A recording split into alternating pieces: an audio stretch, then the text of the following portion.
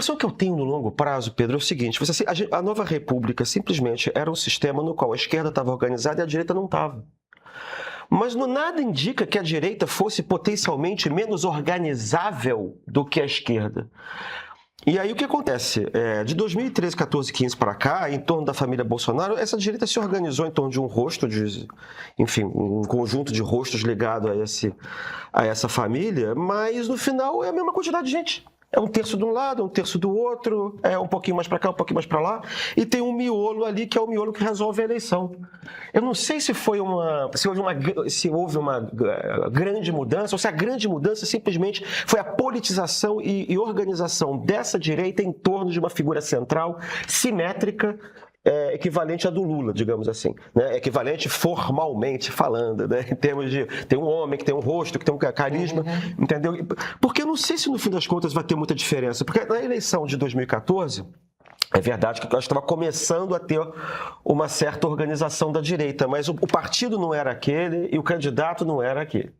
Né, que era, né, não era tanto que o partido explodiu, o candidato explodiu depois de 2014, que era o Aécio e o PSDB, né, digamos assim, o mundo moderno em termos de organização da direita começa em 2018, né, e aí eu não sei se no fundo se está muito diferente. A eleição de 2018... Em eleição sim, né, mas 2016 no movimento pró-impeachment já está se organizando ali. Exato, isso eu quero dizer. Eu estou falando em eleição presidencial, né? Não, claro. Em eleição presidencial. 2016 ainda não tem a cara do Bolsonaro, né? E aí eu não sei se vai ser muito diferente disso, se isso aqui não é o normal, 55, assim. Aí eu fico imaginando que a eleição apertada mesmo foi a eleição de 2022, entendeu? Que ali era quanto, gente? Era 2%, 1% ali? O que eu estou querendo lembrar era uma coisa... Era um fio. 1,5%.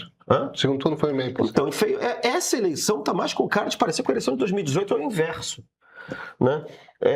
Aí eu fico achando que ela vai ser menos apertada. Gente, tudo isso aqui é esoterismo, tá? Isso aqui é exercício de esotérico, né?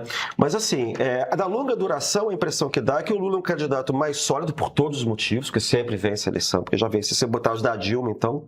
E o PT sabe ganhar a eleição, né? Pelo menos só com o Lula sabe ganhar a eleição. E tem isso que você falou, estão injetando dinheiro, que é enfim, que se faz sempre. A tendência, se não houver uma crise internacional, se a Big Tech não explodir lá, a Bolsa de Nova York, não estourar um negócio desses, a tendência é você tem que disputar 10% do eleitorado, né? É isso. É 10% do eleitorado. A tendência são essas pessoas... A conta do Maurício Moura é exatamente essa, 10% do eleitorado. Então, você tem que conquistar exatamente 10% de 2018. Né? Aí, quer dizer, você tem 10% do eleitorado que é possível de ser puxado para lá ou para cá.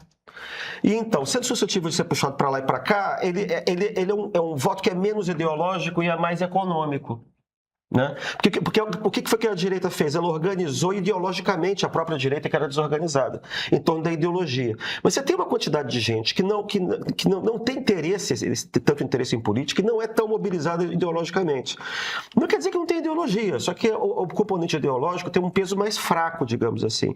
Então eles são mais suscetíveis, como antigamente, a votarem de acordo com a sensação de melhoria da sua situação pessoal. E se você tem, na longa duração, a melhoria de sensação econômica causada pela injeção de dinheiro do governo Lula, e por outro lado você tem um candidato fraco da direita, né, que é um Bolsonaro, mas é um Bolsonaro fraco, um Bolsonaro bichado, né? O Flávio é um Bolsonaro bichado, né? Eu falo que o pai não sei, mas o pai que se construiu num outro momento, se construiu com uma outra imagem, né? O que a gente vê na verdade é que ao contrário, assim, os Bolsonaro dessa vez não estão com a máquina na mão e estão com esses escândalos todos. Agora abriram o celular do Cláudio Castro. O que vai aparecer agora? A gente vai ter um ano inteirinho de escândalo aí.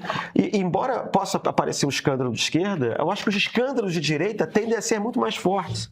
E o Flávio é um candidato que tem menos capacidade de superar isso. Ele já meio que deu as cartas, né? E as cartas que ele tinha são as cartas ruins.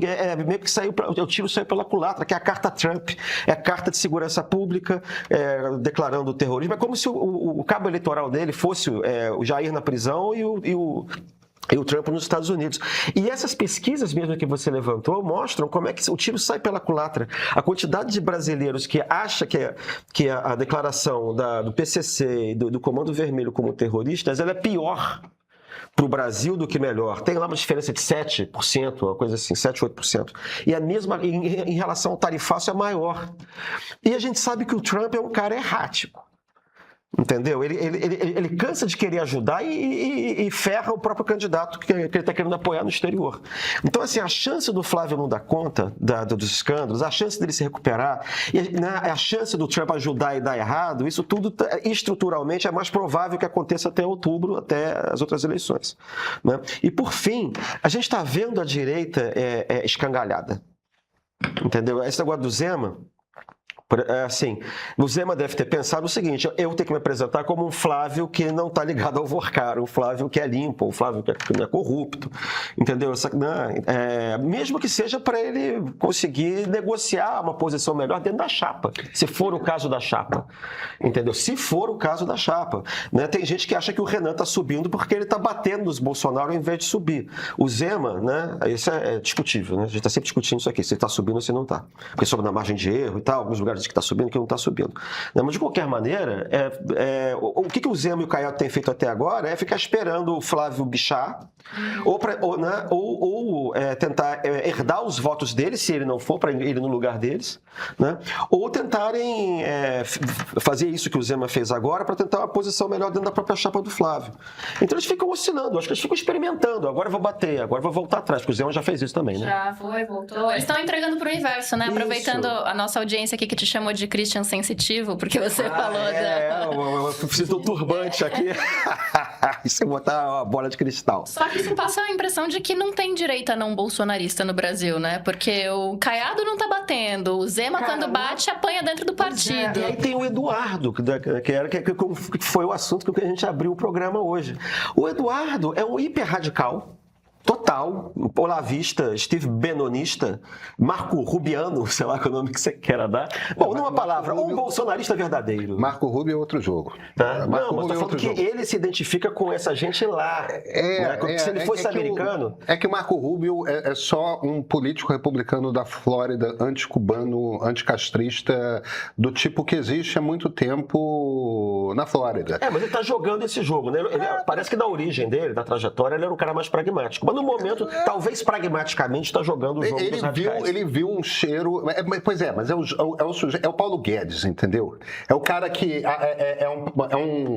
É um cara que não necessariamente é quem você queria ter no seu governo, mas, no fim das contas, é um pragmático que tem uma meta específica ali e acha que vai conseguir manipular aqueles radicais para implementar o seu jogo. E nunca consegue.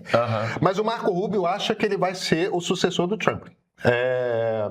E talvez seja. Talvez seja. Mas aí eu espero dele um governo mais George W. Bush do que... É diferente do J.D. Vance, de quem eu espero um governo de um Trump inteligente.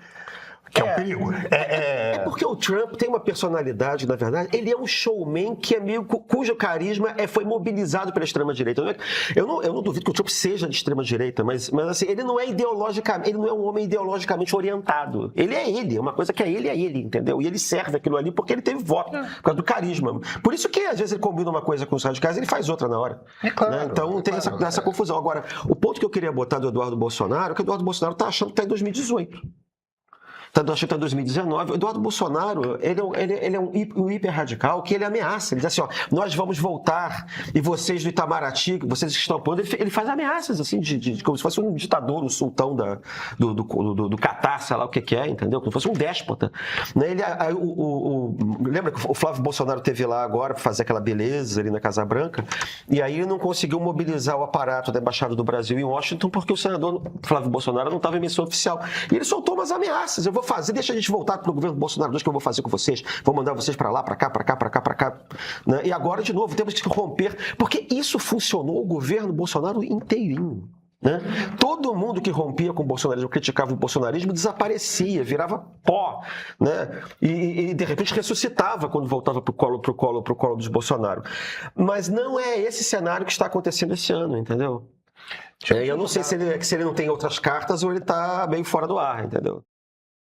Sem hipérbole, saí emocionadíssimo. Sabe quem disse isso? Um dos assinantes do Meio logo após assistir ao novo episódio do Ponto de Partida Sério, Nós Brasileiros, chamado Os Partidos. Qualidade e timing perfeitos. Eu buscava há muito tempo esse tipo de conteúdo. Essa é uma outra mensagem que a gente recebeu. E teve quem nos escreveu dizendo que gostaria que esse episódio chegasse a mais pessoas. Olha, e agora sem aspas, eu também. Porque esse episódio é para você entender como opera o nosso sistema partidário desde a sua origem. Em outubro, você vai apertar o confirma nas urnas. Para votar bem, você precisa entender o sistema no qual está votando. É exatamente isso que eu explico em Os Partidos. Está no streaming do Meio, exclusivo para assinantes premium. Assina e vem participar dessa conversa.